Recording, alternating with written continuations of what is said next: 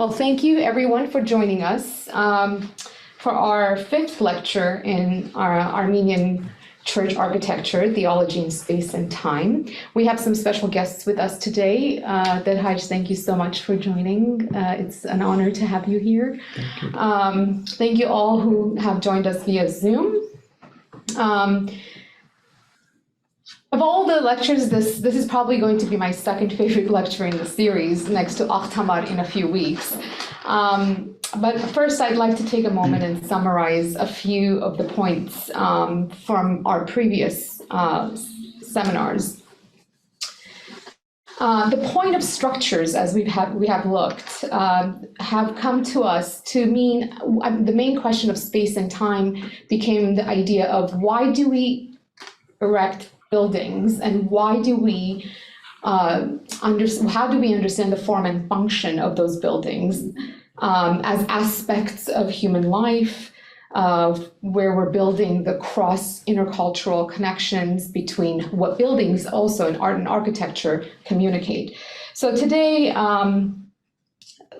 reflecting on the more larger notion that structures play a crucial role in shaping the way we interact with our environment and how we achieve our goals and how we actually center a place for worship. As we've looked, we established early on the framework of the various ideas, philosophical and theological. Particularly, I have in mind questions of space and time.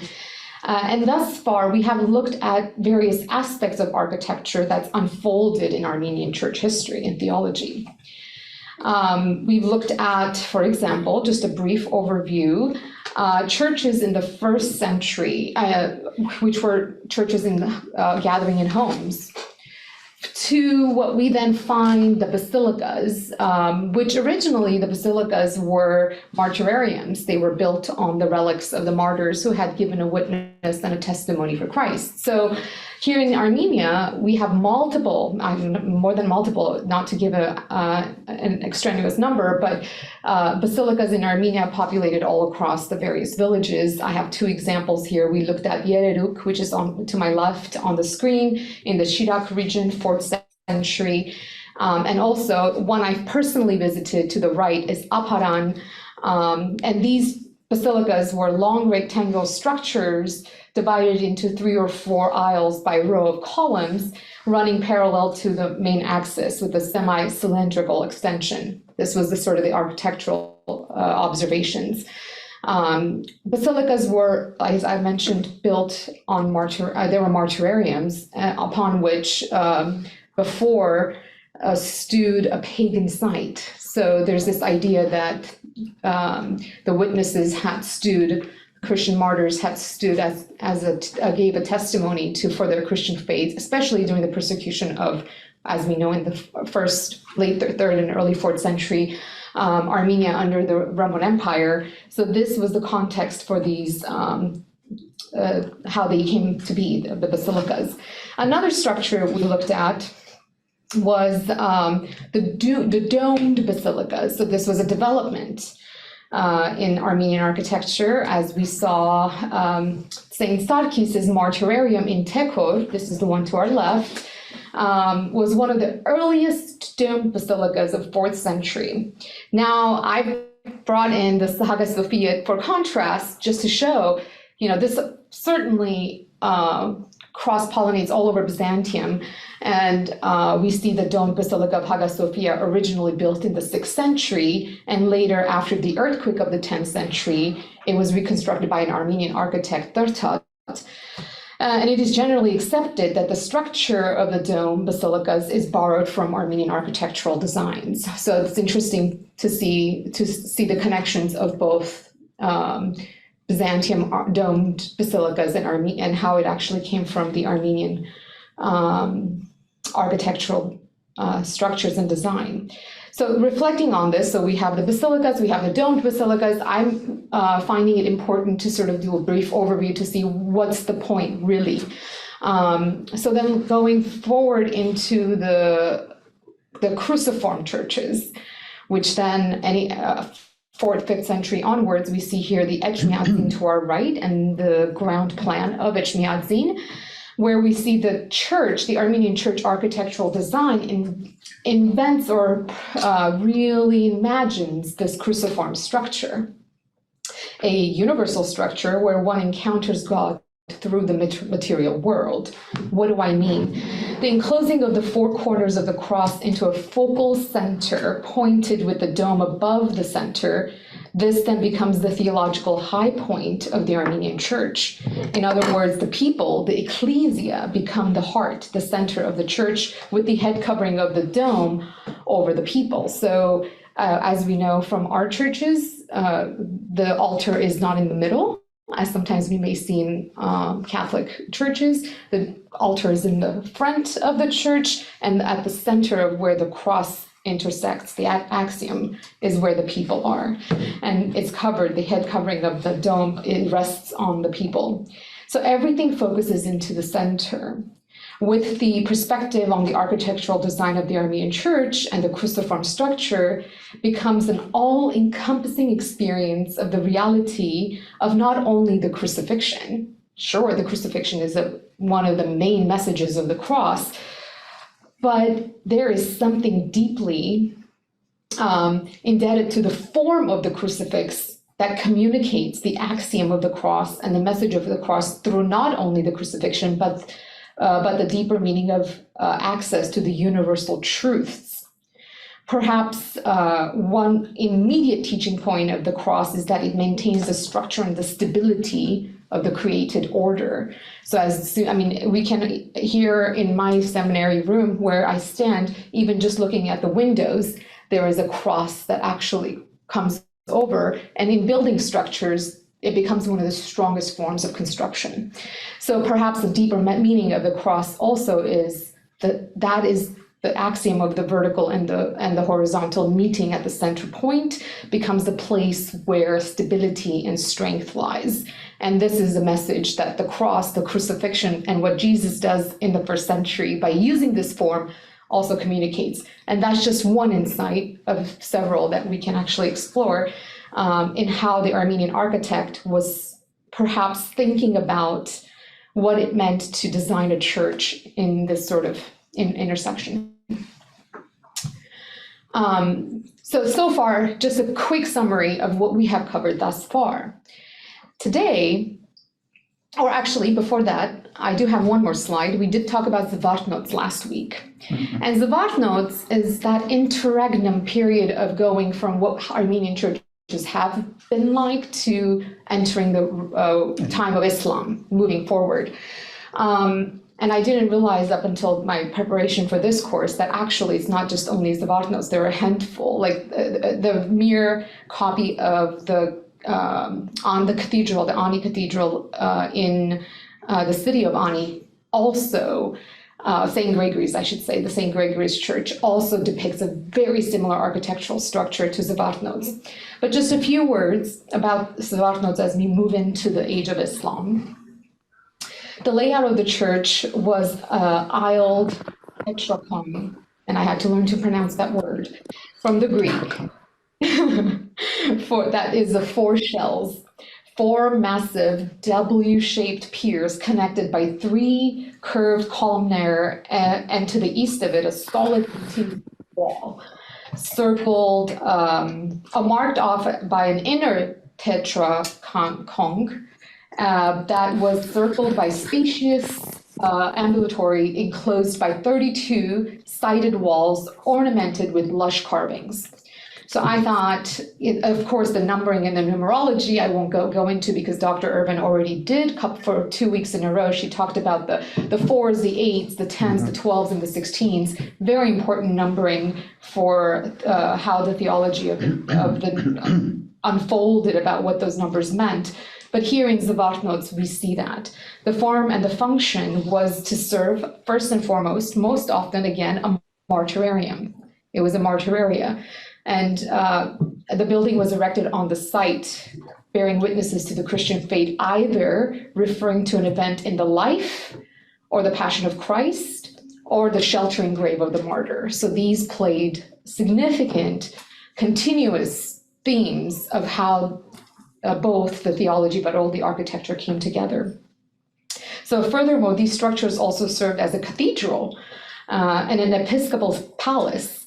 Zvartnots functioned on multiple of these, and actually during the first Arab invasions in Armenia, we see how Nerses III, the builder, actually designed it to speak to both Byzantium and Islam, and then the Islamic conquest. So there was an interest in this cross-cultural common language, even in the architecture. So now with that, as a transition from early 6th, or I should say late 6th, early 7th century, this is where I actually want to continue the rest of today's lecture in focusing on the Armenian churches and architecture within the age of Islam. I find a bit of historical framework can equip us to think a bit more about the contact between Armenia and the Islamic world. So the Byzantine emperor Heraclius, who had an Armenian origin, which was also very interesting upon my discovery, who had ruled from 610 to 640 and had won the war with the Sasanian Persians on an ongoing striving between the two empires, which Armenia was in the middle of. I don't have a map for us today, but if you can imagine in the center, it's essentially west is Byzantium, and east-south is Persia, and Armenia being enclosed in that middle. There was this striving of back and forth between the empires, and Heraclius won in 640, or 639, 640. So both empires were exhausted due to century-long battles. And the Arabs from the south region, probably aware of the fact that this is an opportune time to attack, instigated a series of campaigns, first against Byzantium and then against Persia. And already by the early 640s, the first Arab raids reached Armenia. And by the year 654, Byzantium forces acknowledged Arab suzerainty over the entirety of the Caucasus. And today, as we would know them as Georgia, Armenia, Azerbaijan, and parts of northern Iran. Arab domination in Armenia began first under the Umayyad Caliphate from about the 640s to 750s, followed by the Abbasids from 750 to about 880s. And thereafter, the Fatimid dynasty ruled up until about 1171. And then the Mamluks, and then after which was the Ilkhanid and the Timurids. And by this time, so if we were thinking quite quickly, by the period of the Mongols and the Timurids, roughly end of 1290s to beginning of the 1300s, something was becoming extremely clear to the Christians in the region. At this time, for the Greeks, the Armenians, the Syrians, the Christians in general, Islam was now here to stay. Whereas all of those the previous centuries, it seemed like, and even in our writings, we are able to discern this in various apologetic texts prior to the 13th century, Islam is merely treated as an Arian heresy. And strictly, primarily, I should say, because of Islam's stance on Christ's human and divine personhood. So because of that conflict of who Christ was or is, originally most of the apologists treated Islam as a Christian heresy. However, by the time we reach the Mongols and the Timurids, Armenian Vartabets are composing apologia. And here I should clarify by apology and apologia, the Greek term for defense. The Armenians mostly use it as a term for response, a positive response, not a polemic, not some sort of argumentation, but they become firmly aware that it's time to address the question of Islam by responding what it means to give a positive description of what the Christian faith is, because it seems like there's a miscommunication. Clarifying of any misunderstandings Islam posited against Christians. The last two Islamic empires coming into close contact with Armenia were the Safavids and lastly the Ottomans. So Armenia became a battleground for dynasties, and these contacts brought about much cross-pollination and exchange in socioeconomic life, political and religious understandings, and also deeply influenced the expression of art and architecture.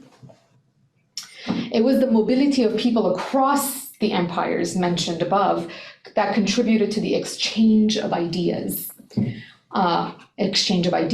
objects, cultural norms that brought about the diversity of belief and form of expression. One of the great examples of this is found in the Holy Cross Church of Akhtamar in Lake Van. It's an absolute masterpiece, timeless in a way, condensing time and space, which I will explore, and I have noted here not to address this.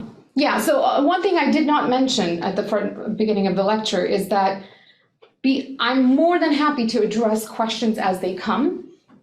So if you have something that you were like, I'm not sure, this isn't clear, unmute and do ask. I will have a discussion session at the end, of course. But I find it that if something comes up there and then, it's helpful to address it there and then. So that if something does come up, please. If you want to add something, if you want to clarify something, if you have a question, absolutely. Okay, so going back to the Akhtamar note, I have a full lecture on this prepared and we shall address that week. I want to say November, the date is November, that Thursday, first Thursday of November. So Armenian artists, architects, masons successfully transferred some of these Islamic designs into their work through intrinsic imagination. And we'll see some of that right now. It is crucial to recognize that the influence and the cross-pollination went both ways. This wasn't just a one-way thing. It was certainly, there was a return. Armenian art and architecture actively contributed to the development of Islamic stylistics. One area that is absolutely fascinating to me personally is the Armenian converts to Islam who assumed positions of authority and brought Armenian masons, architects, artists to transform really the medieval world as we see it from both East and West. Having spent a decade on the Armenians who did not convert to Islam and stood firm in their confession of Christ, this was really the central study for me. It is interesting to me to observe the same tenaciousness of character even in the converts. It's very interesting to recognize what they were able to offer in their positions. I mentioned this factor here, and I'm acutely aware of the fact that this would require a separate study, especially having spent a decade on martyrs. The idea of converts and assimilation is a whole different area to address. So to explore the phenomena of conversion and assimilation between the Armenians is something that would be an important area to explore, I believe. So stay tuned for a future lecture. Now, before the advent of Islam, the Arabian Peninsula, and just going back a little bit back and forth just to explore the fact that this was really not a one-way development, that there was something before in the places where Islam conquered that brought about some of the intrinsic values of the cultures of that place. So in the Arabian Peninsula was home to various cultures, including the Persians, the Byzantines, and others. These cultures had well-established artistic traditions that often featured natural motifs such as fruits, flowers, and birds. Vegetation, the natural world, right? When Islam emerged in the 7th century, it assimilated and adopted elements from these pre-existing artistic traditions. We will see some of these examples shortly. Islamic art often incorporated nature-inspired elements as a means of abstraction. So this was just a bit different than what we had seen, especially in Armenian art. So this abstraction idea, the Islamic religious tradition discouraged the depiction of living beings, especially human beings. Some say animals. I have found a lot of animals, and so I think that's definitely not the case, but certainly human beings. We see humans in miniature illuminations, but not like engravings, especially in mosques or in religious settings. But in manuscripts, we do come across them. But what they do actually focus on in their abstractions and are representation of nature using geometric patterns, calligraphy, various styles of flora and fauna. These elements could be symbolized various ways of the natural world, and even in many ways with deeper spiritual meanings, both for Islam, but I would also say we see this in cross-religious exchange. I don't think it's possible to speak of Islamic architecture and influence without going to the Dome of the Rock. So before studying the cross-pollination and contact between Armenian and Islamic architecture, I would like to say a few words about the Dome of the Rock. We closed our lecture last week speaking of Zvartnots, and I mentioned a few things today, and how Katholikos Nerses III, in his ambitions, aimed to speak and appeal to cross-cultural norms by speaking to both Byzantine, intricacies and also Islamic. And we see in the Dome of the Rock is a perfect example of Islamic interactions with Byzantium and Armenian artistic and architectural traditions.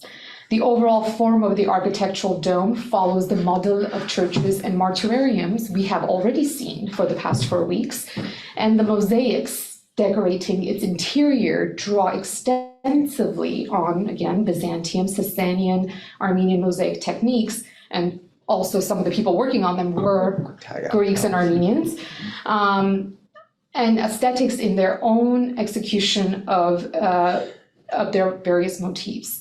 Thus, although the Quranic inscriptions adoring the Dome of the Rock promote the virtues of Islamic faith over Christianity, the architectural and decorative programs are heavily indebted to the Christian artistic traditions, which they recombine and reinterpret to create a triumphal message. The Dome of the Rock is one of the most emblematic architectural landmarks in the history of Islamic culture. On the one hand, the monument carries a unique and unifying significance for Islamic religious communities over broad temporal and geographic scopes. On the other hand, it reflects the far-reaching extent of intellectual contacts and dialogues that have shaped such Islamic communities over time, especially on the local level. If any of you have been there, I think that would be very interesting to hear your experiences too. So the Dome of the Rock originally was constructed between 688 and 692 under the rule of Abd al-Malik, who was the most celebrated caliph of the Umayyads. The edifice is situated on top of the Temple Mount, which is the site of Solomon's and Herod's temples in Jerusalem, framing a rock that holds sacred significance for all three monotheistic religions. In the Judeo-Christian tradition, this rock makes the place where Abraham came to sacrifice Isaac.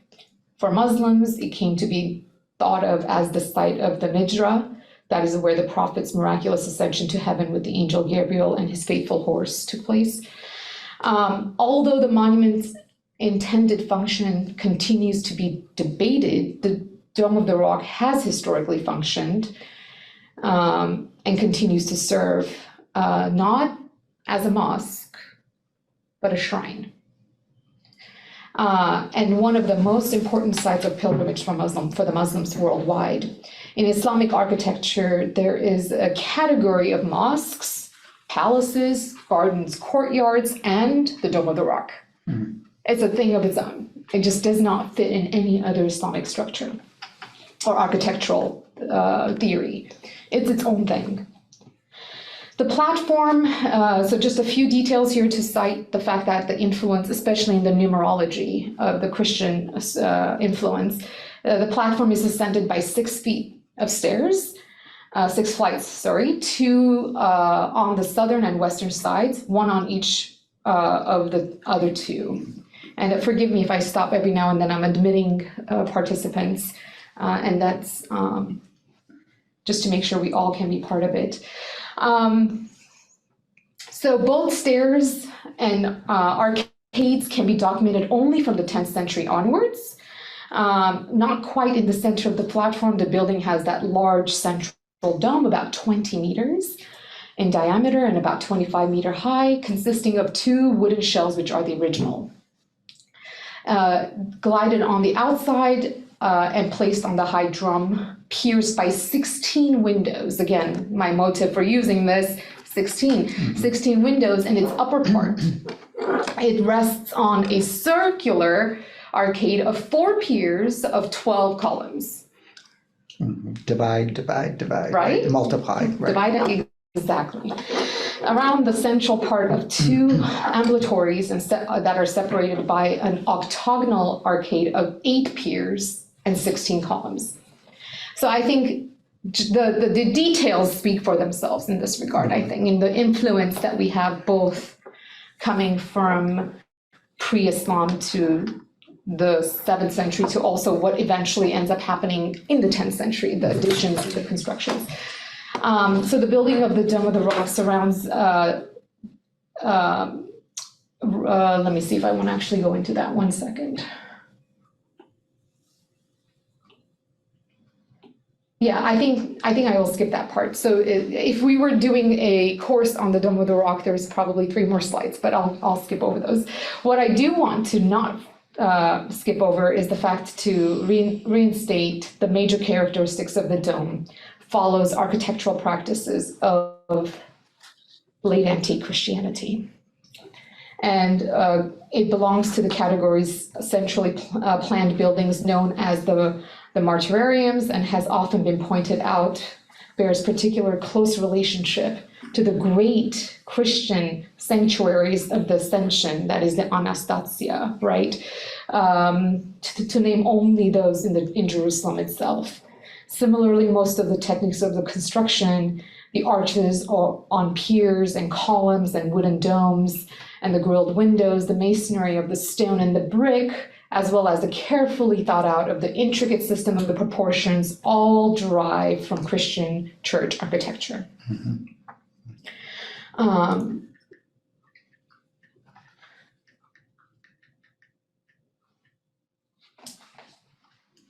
Here I have a map from Houston, which I found quite interesting. And before I talk about the map itself, there's one other area I do want to address. So early Muslim settlements. So after the conquest, we talked about the conquest and the Umayyads taking over first areas of Byzantium and then Persia. So after they conquered the cities and that they contended with, the existing sacred geographies and topographies were at first not eradicated. They were not, it wasn't sort of the idea that now we are going to build a mosque on top of a church. That's not what they did at first. The 7th century Islamic conquest often occurred through the surrender of the local communities, which were granted their properties. This included sacred buildings in exchange for a payment of a poll tax. These aspects contributed to the phenomenon of Muslim buildings their own places of worship within a very close proximity. There's examples of this close proximity that is to the non-Islamic worship centers, Jewish synagogues, Christian churches. This took place in Aleppo. We have examples of that in Aleppo, Syria, where the Umayyad congregational mosques were built around 750 on a plot of land a few meters east of the main church of the city. If we were looking at this in terms of sacred space, again, going into theories of space and sacred space, these areas were part of a precinct of church and of the church and used as gardens and burial areas, creating the idea of a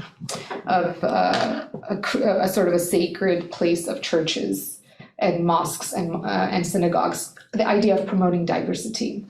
Now, here's one case that I spoke of, the Aleppo. This is not the case in Jerusalem, even early on, but here we have a case in Armenia, which this map was very interesting to me to recognize. Here we have the Church of St. Sarkis, if you are able to see, and then we have a few other churches and citadels, but then there's a mosque with a minaret immediately to the southwest of it. In both instances, there are two mosques in this case. Now, we can look at what it ends up sort of becoming later on. So in the case of Hagia Sophia, which I mentioned, it's not something, this is not the practice that was invoked, right? So that the actual church is then turned into a mosque, which then was turned into a museum, and then it was turned into a mosque. And that's one example. This is true of many others, and in a different course focusing on that development, I would want to explore that.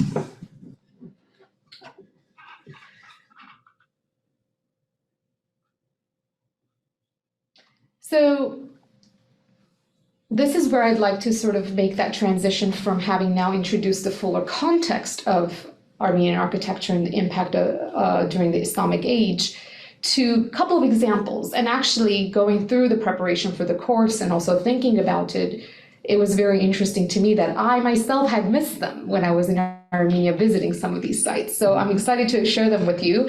And if you have been to any one of these sites, again, feel free to unmute yourself and let me know if you had noticed it, or now that you actually want to go back and see it for the second, third, fourth time and be able to sort of see these patterns there. So one area, a form of decorative vaulting in Islamic architecture is called the mukaranas, right?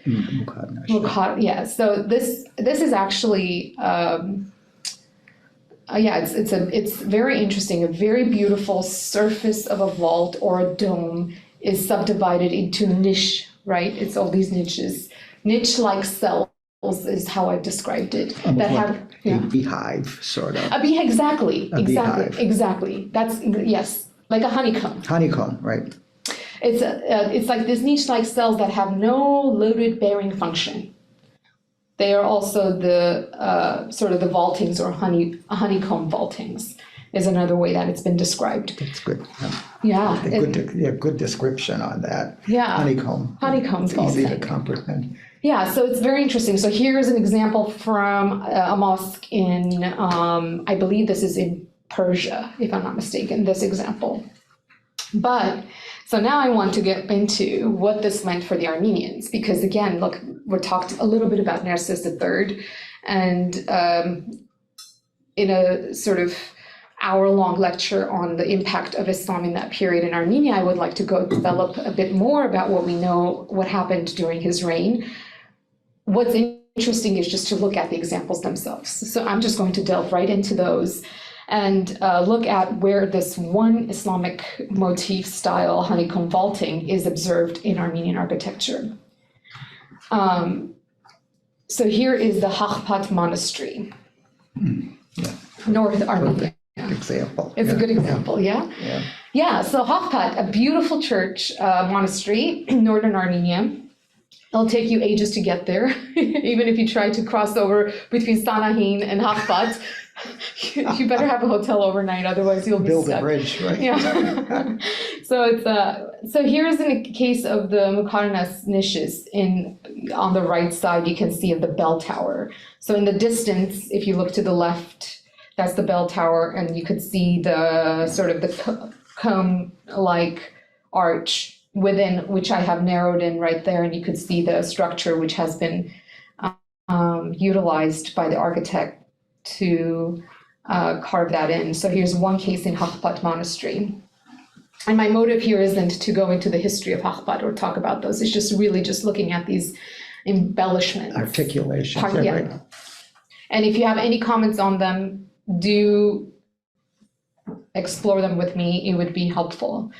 So what I also want to highlight, this being a course on art and architecture and Armenian theology, is when I was at the St. Sarkis Church in London for a long time. And of course, if not already known, to our left is the St. Sarkis in London.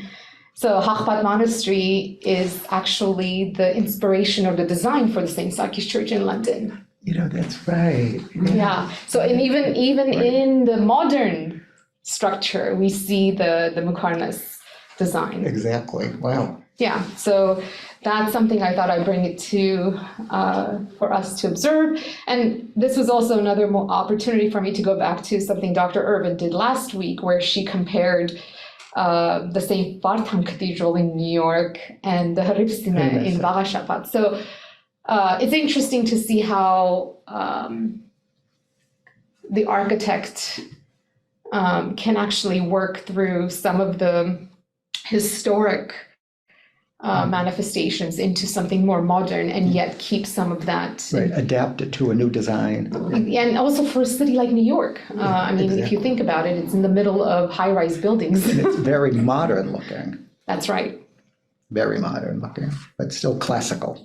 That's the beauty of it. And the whole dome structure is also something to note. And if you're near New York or will be in New York, do visit. It's on 32nd Street? 34th and 2nd Avenue. 34th and 2nd Avenue. Now, another example is Gerard. Perfect, yes. Yeah, Gerard. So I've been to Gerard about 4 times and missed all of it.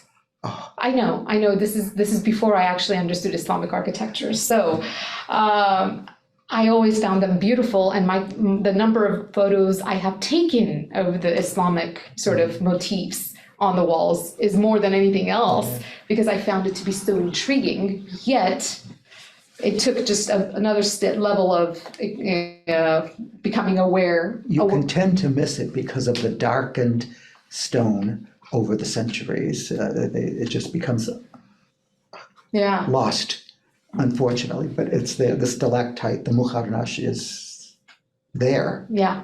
And it's also about like the reflection of light. Isn't that right? Yeah. Exactly.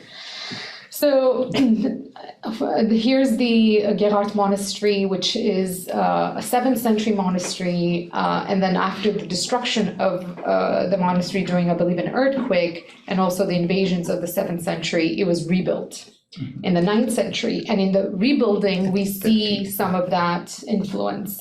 So I'm going to bring some of that to us through these photos. If you're looking to the left photo, we have that sort of comb-like arches, which are a bit different and also in contact. And there is that contact with Islamic architecture, if you see on to your left, with also the very much of the comb-like designs around the structure, with also the Muqarnas on the right, which is one of the domes, smaller domes. Mm-hmm. Which illuminate, and also how it reflects light is a point to also focus on.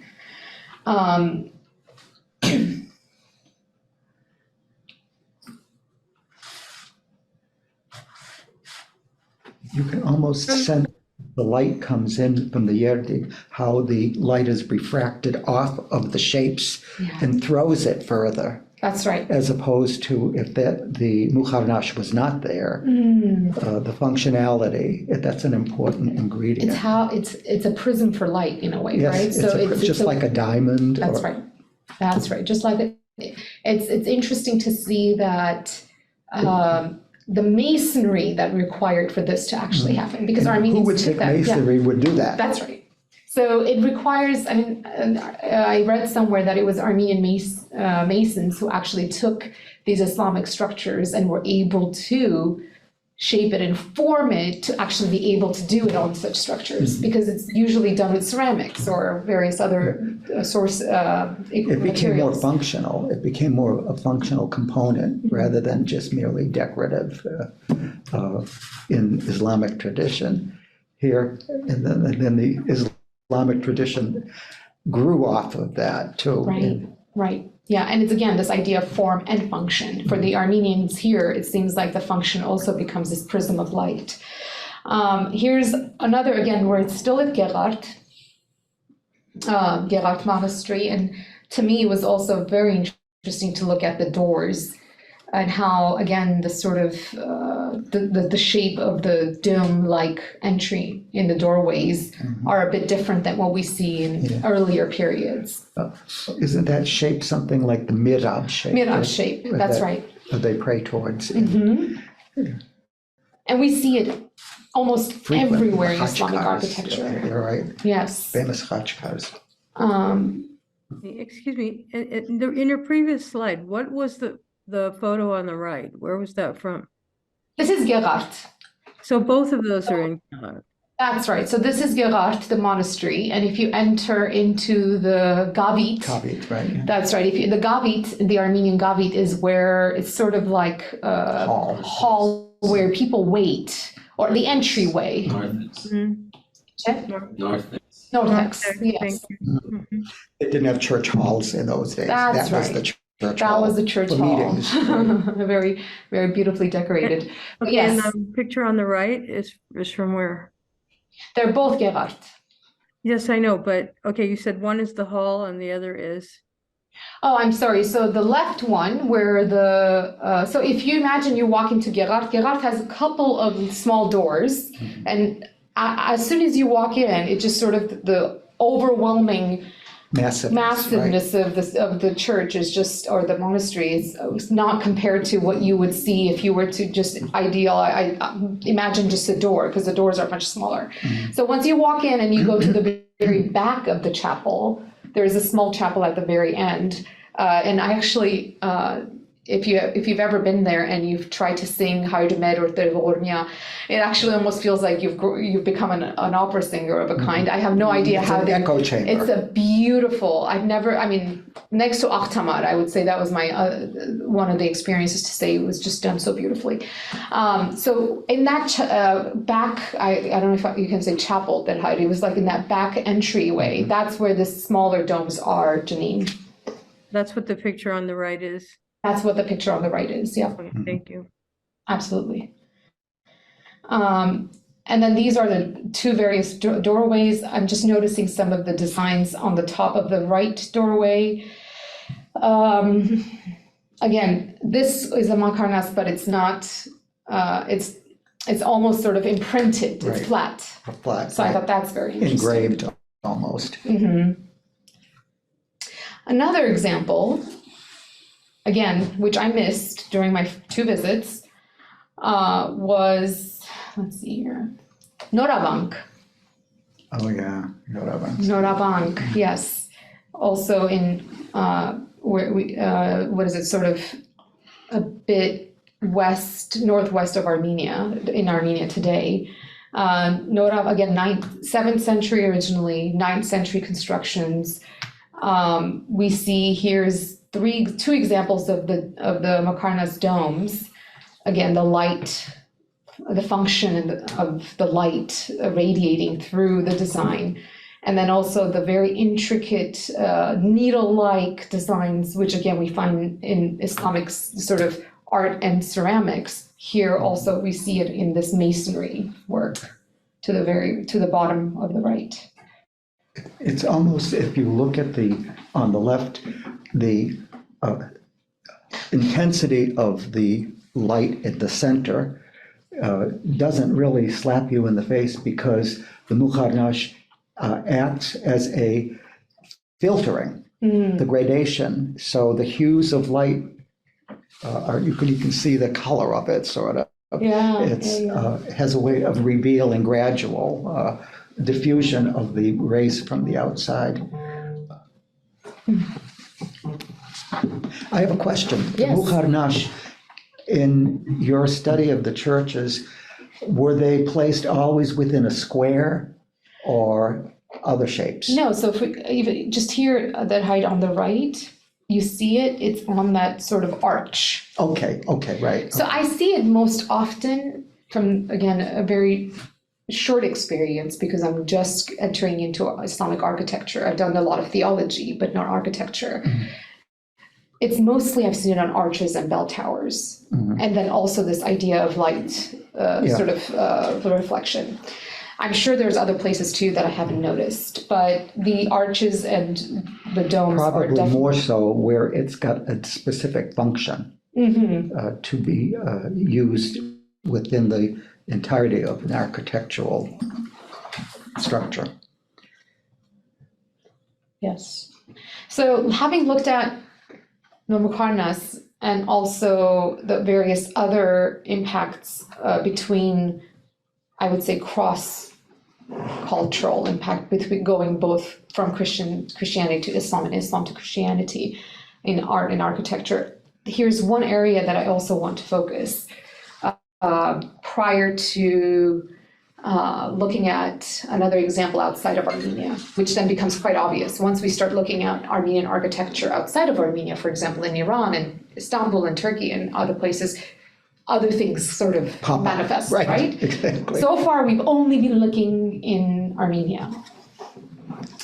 So here in Armenian art and architecture has a long and rich history of using fruits, florals, birds, as a testament to the cultural and artistic heritage of Armenia.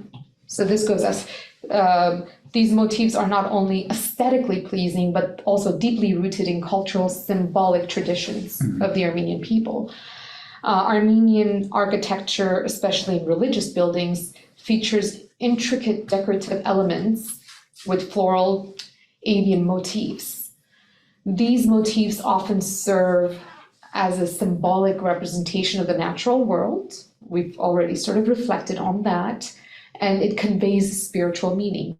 Again, as we have seen, this is between both cross-religious experiences.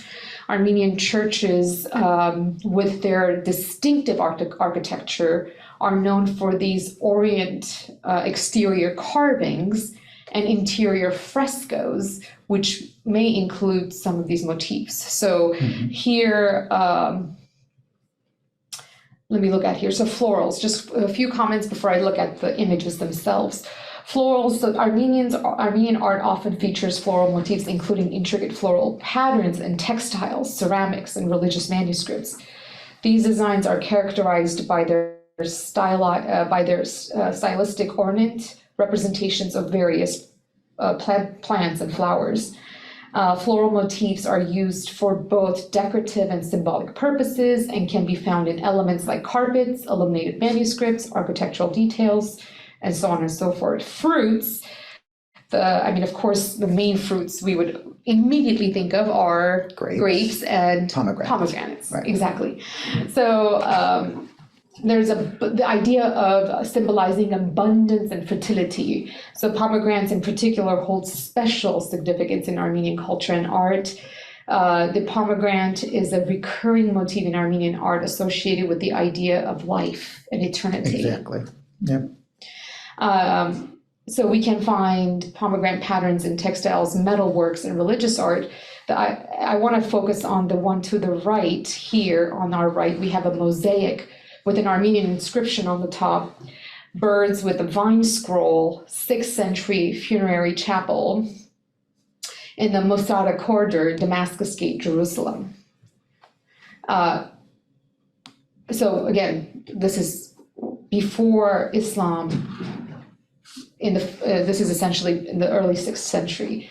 The floor was actually discovered in the year 1894 during a building excavation in the Mosada district north of Damascus Gate.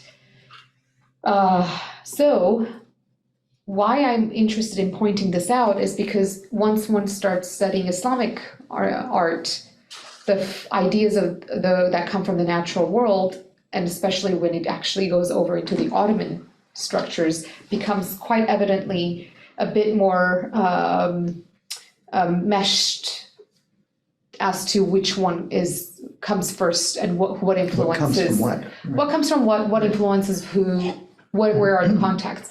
Finding early examples of this in Jerusalem, I think, is helpful to know that, and also not only in mosaics or frescoes, but also in masonry work. So this is also a door in Gerard from, I'm not sure if the door is from the 9th century or the 7th. I'm assuming it must be from the 9th. I'm not sure how it's newer, I think. It's newer, yeah. So This is, again, we see the birds on the top with the grapes and the pomegranates, and also the very intricate sort of needle-like structure all across the door, and also the archway. But it looks very Christian, the vines, I'm vines in the branches. It's just We'll say that symbolic. again, Janine, it looks like what? It looks like Christian symbolism of vines and branches. I am the vine, you're the branches. Oh, yeah.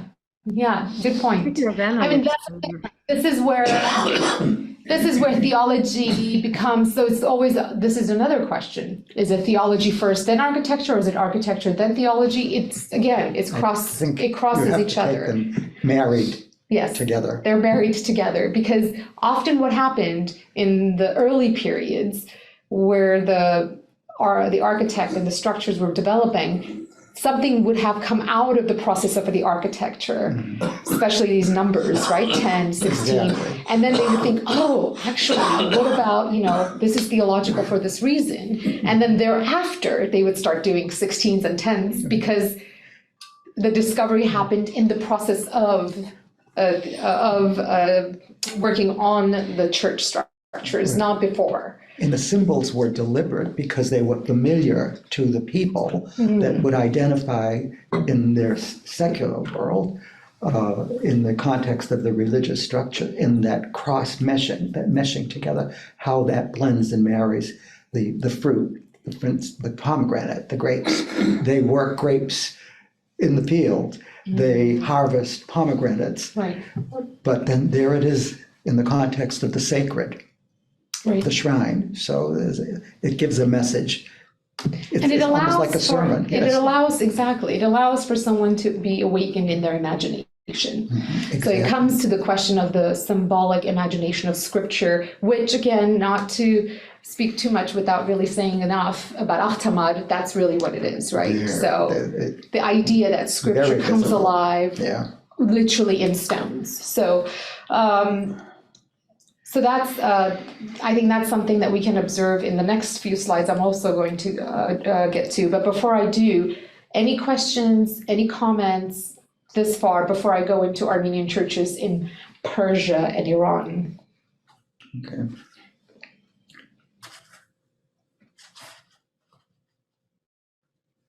In an ideal world, I would have also done Ottoman, but I will not get to that today. I really wanted to really explore Imam Sinan's works, an Armenian architect, convert to Islam. But because all of that is embedded on the story of conversion, I think it requires a better unfolding and sort of setup to be able to understand some of those intricacies. So for this lecture, I will start and end with the churches in Persia. Which, what I think it's interesting to keep in mind is the history and how all of this came about in Persia. So just a brief word, and I'm going to share one structure of the Holy Savior Cathedral, Surp Aminapurkic Vank, which is commonly referred to as the Vank Cathedral in Isfahan. The cathedral was established in 1606, built by the hundreds of thousands of Armenians who were forcibly resettled by Shahabaz I in his new capital as part of a scorched earth policy in Armenia during the Ottoman Wars of 1603 and 1618. What is the stone that was used for that structure? Was it imported tufa? I am not entirely sure. I don't think so. Because it looks reminiscent of these So structures in Armenia. I'm not sure what stone it was used, but here's the thing that actually immediately stands out is that it's not the stones that we usually see on Armenian churches, do we? Why? And I think the big observation for me looking at Armenian churches in the Islamic world, not just the impact, but just immediately looking at it outside of Armenia in the Islamic world, is that it actually meshes into their world. And this actually is a good example, but even the little steeples give us, or the domes give a bit away that this is not immediately belonging to that Almost it's an ethos. additive. It's an additive. Right. But if we look at Armenian churches across Tehran and Isfahan and Julfa, New Julfa, they're actually, it's sort of almost, you could see how it actually speaks the language of that culture there and then. Right. So I thought it's very interesting to see the fact that not only the material is different, the impact is almost one way when it comes from the external observation, and even when we look in the interior. So the interior is covered with fine frescoes and gilded carvings and includes a wainscot of rich tile work. The delicately blue and gold painted central dome depicts the biblical story of the creation of the world and men's expulsion from the garden. It's actually beautiful. So they've taken a new language and told the old story in a very powerful way. So if you're there and you're experiencing this and you're looking at the images and the figures, you're reading the Bible, you're reading the scriptures through a new lens. So penitents throughout the church are painted with the motif of the cherub's head surrounded by folded wings, typical of Armenian art. So it's usually, the covering. Right. The tetramorphs. The what? The tetramorphs. Tetramorphs. Right. The ceiling above the entrance is painted with delicate floral motifs, as I covered briefly about the impact and the use of floral motifs in the style of the Persian miniature. Two sections or bands of murals run around the interior walls. The top section depicts events from the life of Jesus, while the bottom section depicts tortures inflicted upon the Armenian martyrs by the Ottoman Empire. Interesting. And this is very interesting. Why also? Because the Armenians also in the Safavid Empire went through various tortures, but it seems that the Ottoman is particularly singled out. And that could be a longer discussion, but I would just point that out. They're not going to single out their host country. What's that? They're not going to single out their host That's country. That's one point, yes. But it's also different. That's a good point. Yeah. Politics. Thank you everyone Insightful. for staying on, and thank you for the questions. For me, it's very important to have the interactive learning. I hope that this was a bit helpful. Next week, looking at the Bakratunis with Dr. Irvin, I will not be covering the second part of it. I think she has the full lecture. And then the following week, I will cover Akhtamar, which has been long waited. I think I've spoken of Akhtamar at 4 lectures that I've spoken at. And eventually we'll get to Akhtamar. So thank you again. I hope to see you next week. We'll be back here at 7 p.m. on Thursday. And Zoom until in then, next on week. Zoom. Oh, you're Zooming next week. All right. That's right. Well, what a privilege to have you here, Derhad. Yes, and Der Karakin, շատ շնորհակալություն for being here. Yes, thank you. Հույսով եմ ձեզ ալ հաջելի է. Fascinating. Thank you. Yeah. Thank you so much. Excellent. Well, thank you, next. Zoom team. God bless you guys, and see you next week.